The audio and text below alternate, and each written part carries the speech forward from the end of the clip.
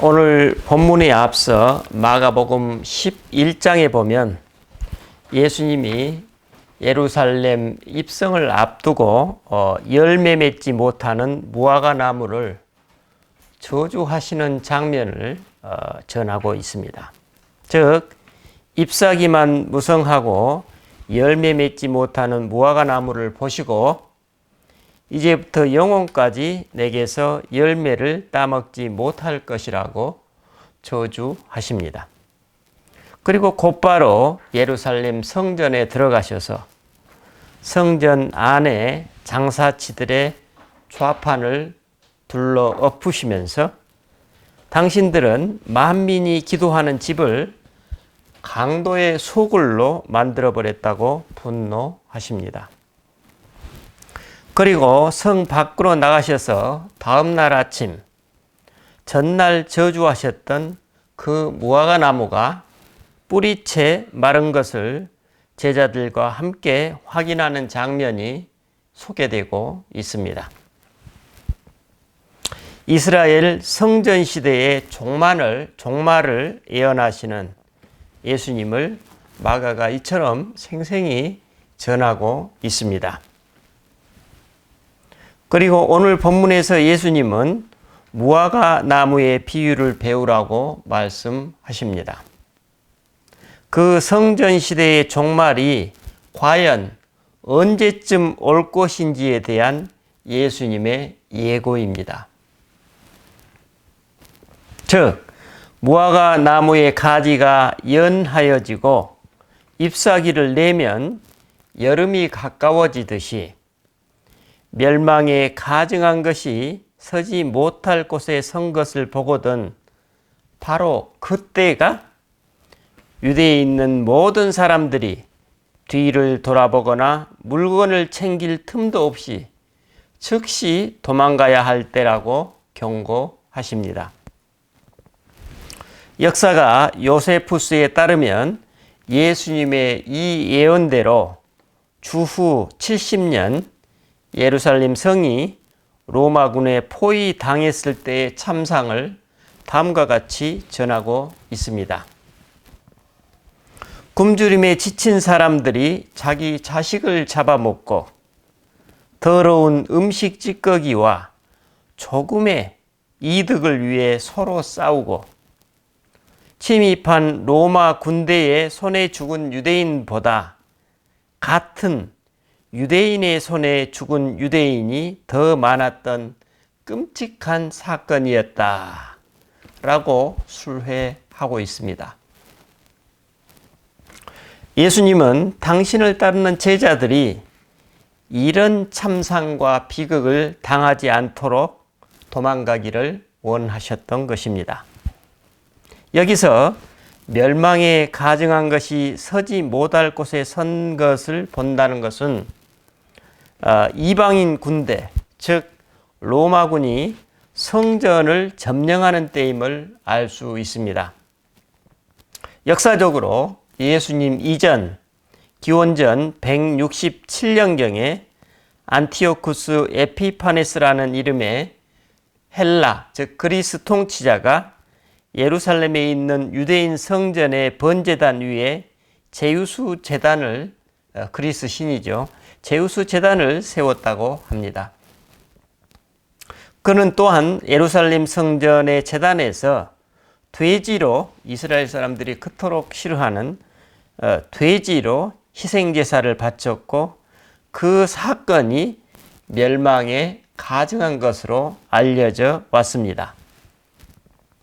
그런데 예수님은 지금 그 멸망에 가증한 것이 세워진 약 200년이 지난 후 마가복음 13장 14절에서 이 사실을 예루살렘 사람들에게 다시 한번 상기시키셨던 것입니다.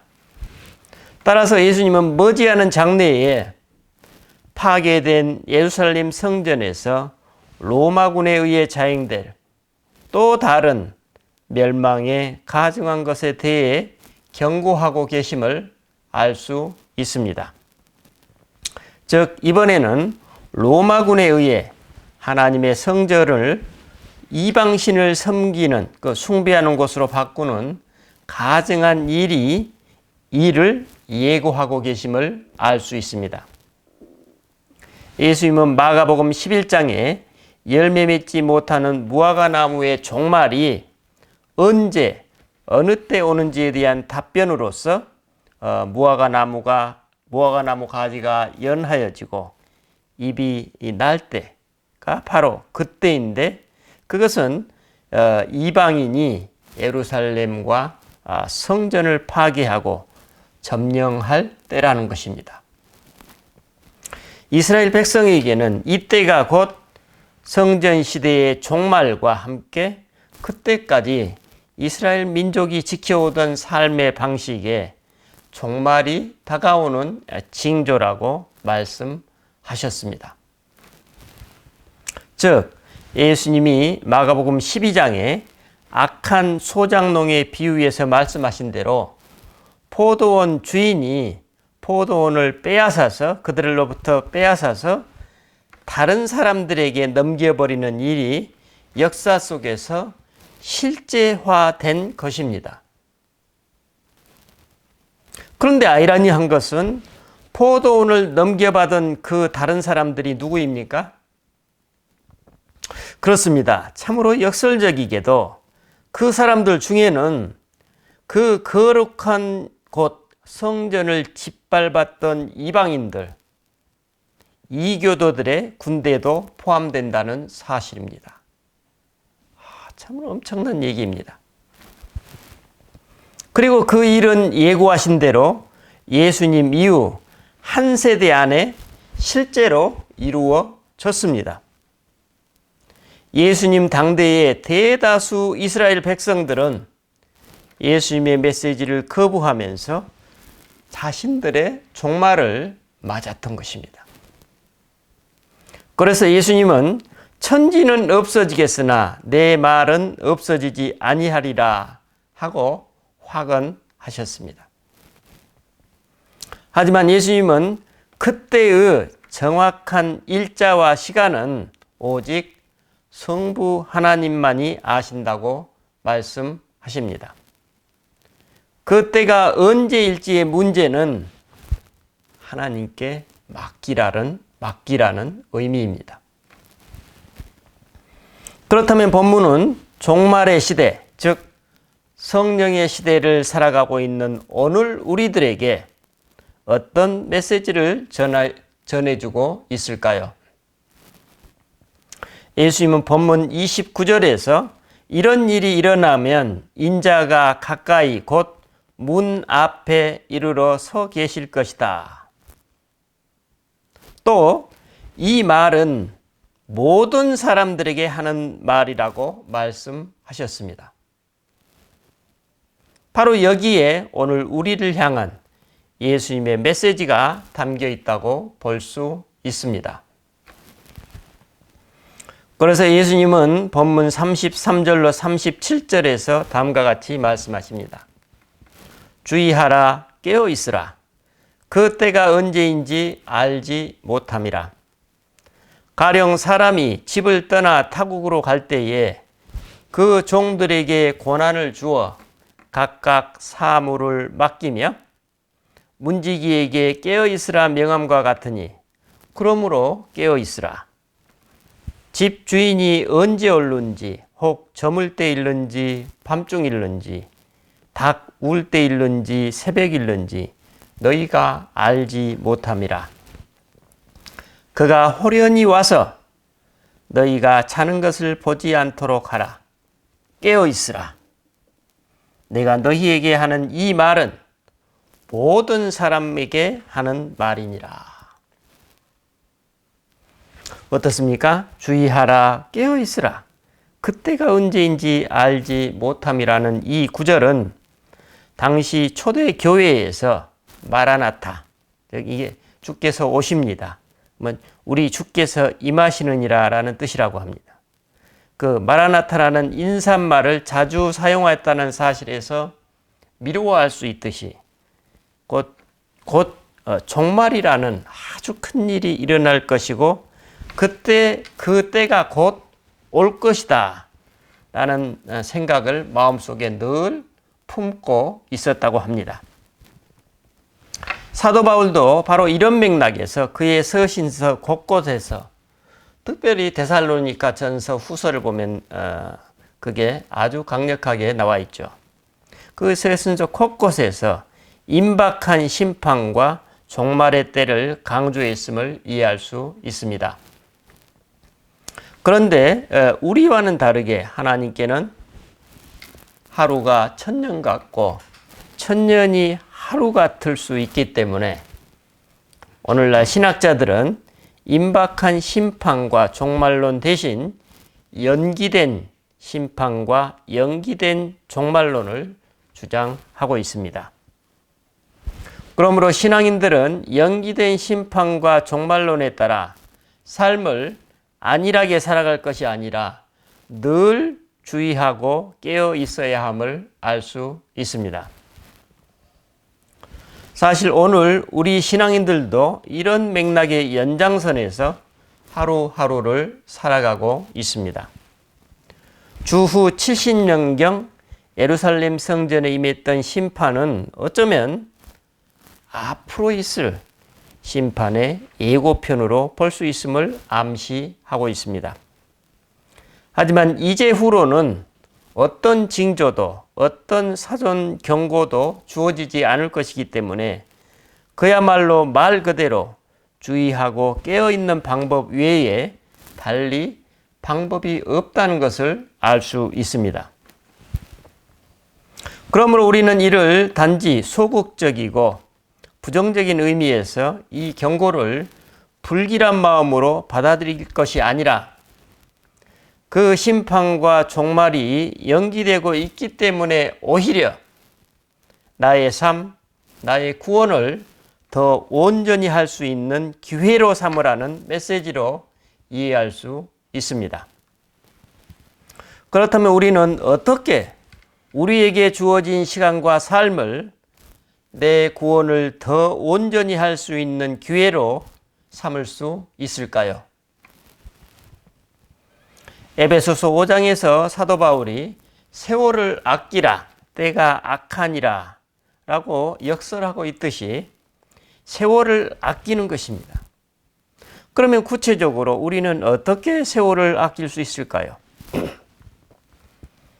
그렇습니다. 일상에서 하나님을 만날 수 있는 기회를 놓치지 않는 것입니다.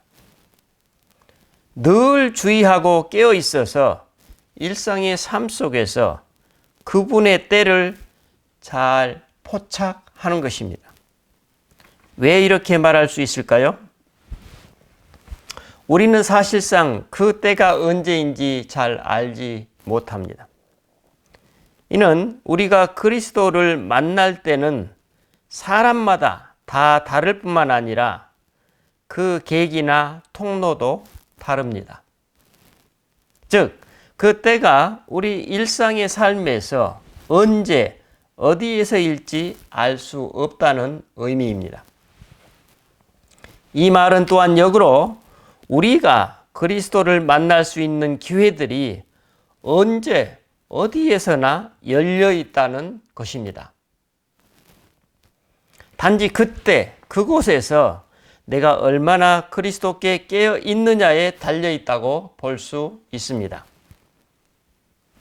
예수님은 이런 삶으로 초대받은 우리 인생의 현실을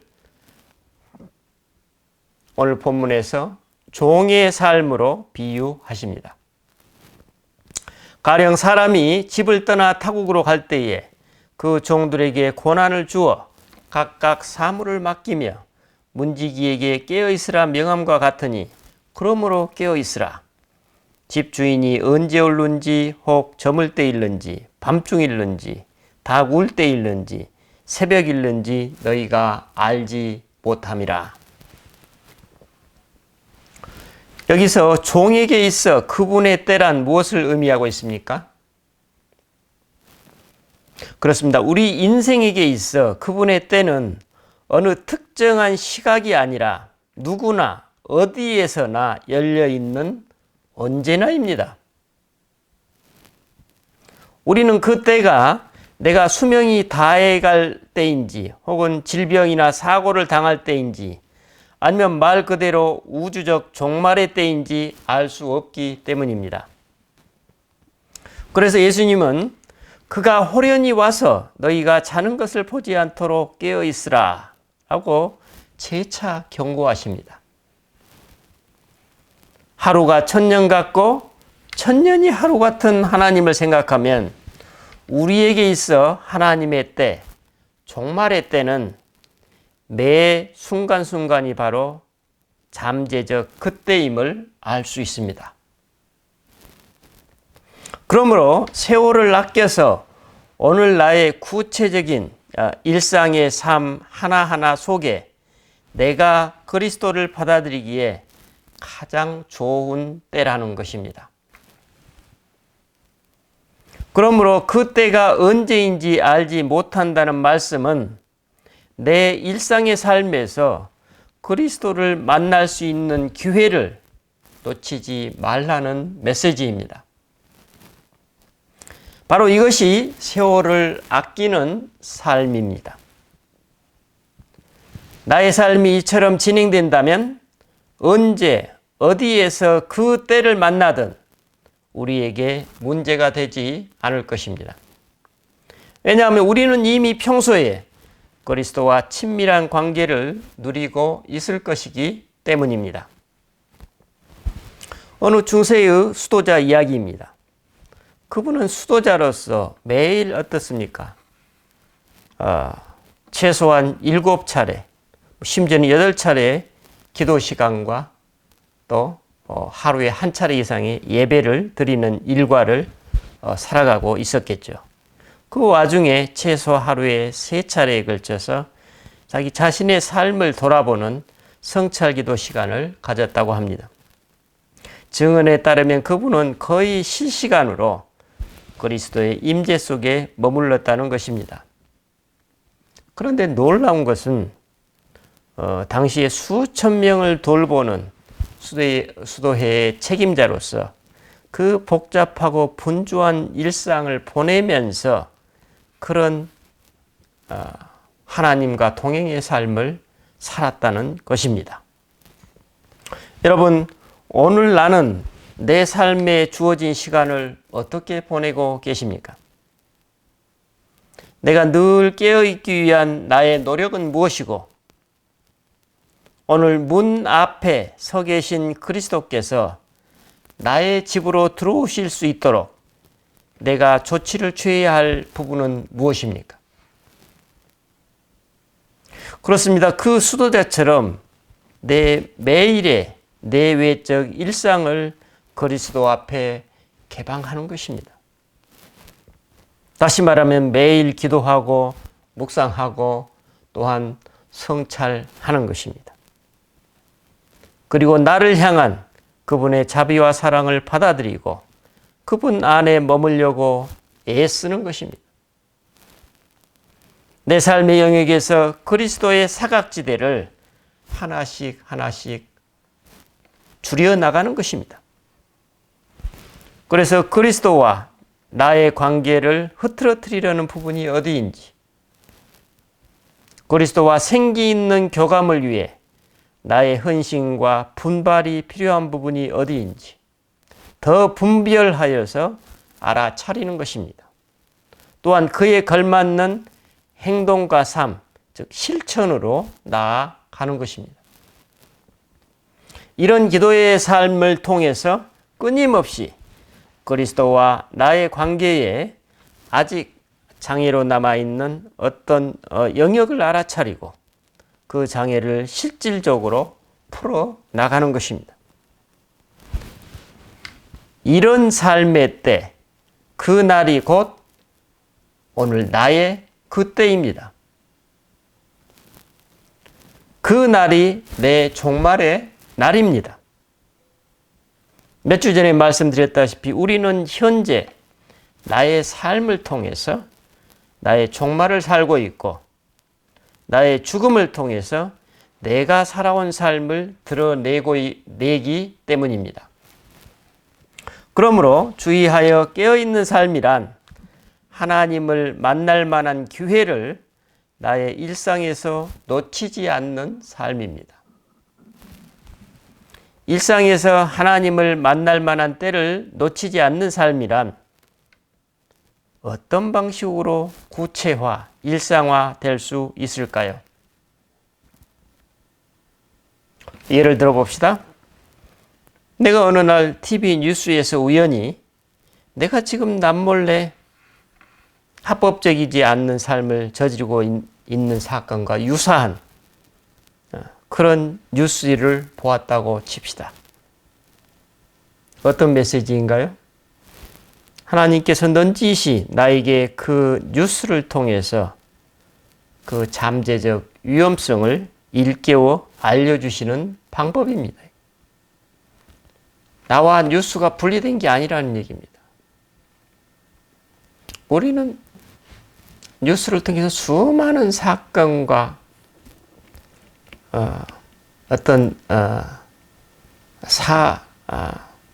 여러 가지 세상의 일들을 접합니다. 사실 우리와 밀접하게 연관되어 있습니다. 특별히 내 자신의 삶. 우리는 그것을 그냥 넘기라고 주는 것이 아닙니다. 우리 또 다른 예를 한번 봅시다. 남들이 보기에 죄도 아니고 그렇다고 뭐 특별히 부도덕한 것도 아닌데 유독 내 마음에 뭔가 걸리적거리는 것이 있다고 칩시다. 특히 그것이 늘 내가 하나님 앞에 나아가는데 뭔가 자유롭지 못하게 만든다면 이런 부분도 진지하게 하나님과 터놓고 다루어 가야 할 영역임을 알 수 있습니다. 우리 안에 이런 부분은 내가 하나님 자녀로서의 생기 있는 삶을 살아가는데 큰 영향을 미치고 있음을 알 수 있습니다. 우리는 내 안에 이런 부분에 눈 감지 말고 깨어서 정면으로 대면할 수 있는 자유와 용기가 필요할 것입니다. 또 다른 예를 봅시다. 우리가 아무리 기도하고 분별해 보아도 도저히 시원한 해결책이 없는 어떤 나의 이슈가 있을 수 있습니다. 그런데 그 이슈는 끊임없이 내 영적인 삶에 영향을 미치고 있음을 부인할 수 없는 그런 케이스가 있을 수 있습니다. 우리에게 이런 이슈가 있다면 어떻게 해야 할까요? 그렇습니다. 시원한 해결책이 없다는 것은 그만큼 섣부르게 쉽고 편의적인 해결책을 구하지 말라는 의미가 감추어져 있음을 알 수 있습니다. 그러면 어떻게 해야 될까요?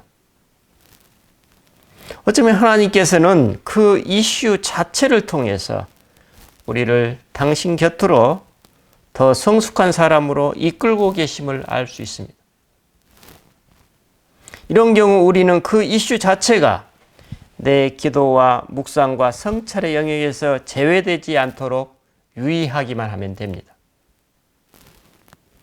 결국 우리는 오랜 기간 그 이슈를 다루어오면서 호련히 어느 날 그 이슈로부터 자유로워진 내 모습을 발견하게 될 것입니다.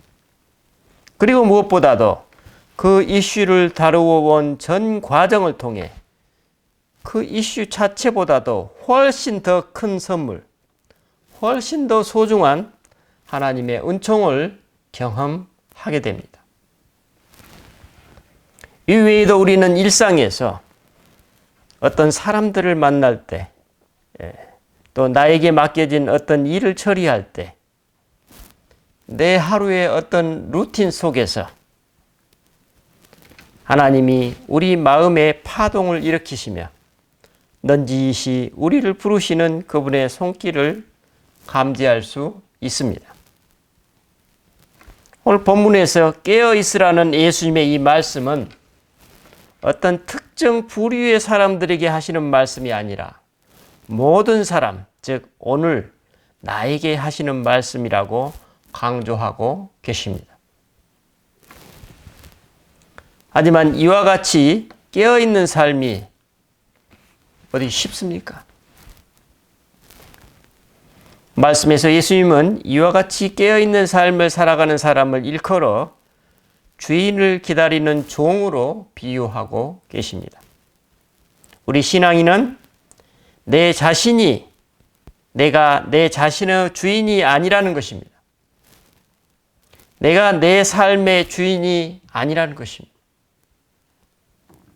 그리고 기도가 깊어지고 성숙될수록 이 사실은, 이 진리는 그대로 나의 증언이 되고 도저히 부인할 수 없는 삶의 실제임을 우리가 고백하게 됩니다. 그러므로 깨어있는 삶은 결코 쉬운 일이 아니고 결코 작은 일이 아닙니다. 하지만 그 과정 속에 우리는 너무나도 많은 우여곡절을 겪을 수도 있고 그것을 감내하고 받아들여야만 된다는 우리 인생의 어쩌면은 고난이자 복으로 함께 다가오는 것을 우리가 알 수 있습니다. 마치 지금 예수님이 십자가가 기다리고 있는 예루살렘으로 향하시는 당신 삶의 여정을 당신 자신의 것으로 여기지 않으시고 계시는 것처럼 오늘 우리도 그런 삶을 기꺼이 살아가도록 초대받고 있기 때문입니다. 참으로 절절한 말씀, 참으로 절박한 예수님의 메시지입니다. 여러분, 오늘 나는 예수님의 이 메시지를 어떻게 받아들이고 있습니까? 오늘 나의 삶에서 예수님께 깨어 있어야 할 영역은 어디인가요? 그리고 오늘 내 하루의 루틴에서 내가 얼마만큼 그분께 더 가까이, 더 실질적으로 그분과 연합하려는 노력을 기울이고 있습니까? 진지하게 생각해보고 돌아보는 대림절의 첫 주일이 되시기를 바랍니다. 기도하십시다. 주님, 오늘 말씀에서 주님은 매일 매순간 어디에서든지 우리의 문 앞에 이르러 서 계신다고 말씀하십니다.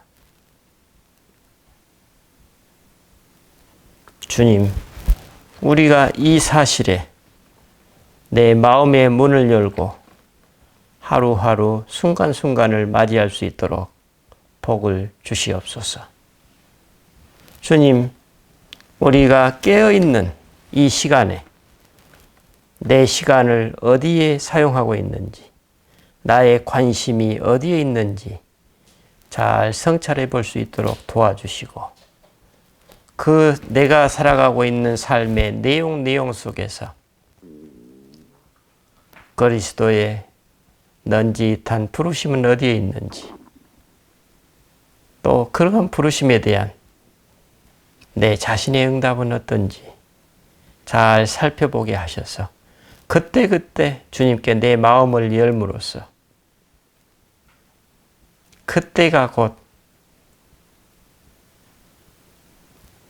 내 심판의 때, 종말의 때를 뛰어넘는 때임을 경험하는 그런 복을 우리 모두에게 누리게 하옵소서. 감사드리고 우리 주 예수 그리스도 이름으로 기도드립니다. 아멘.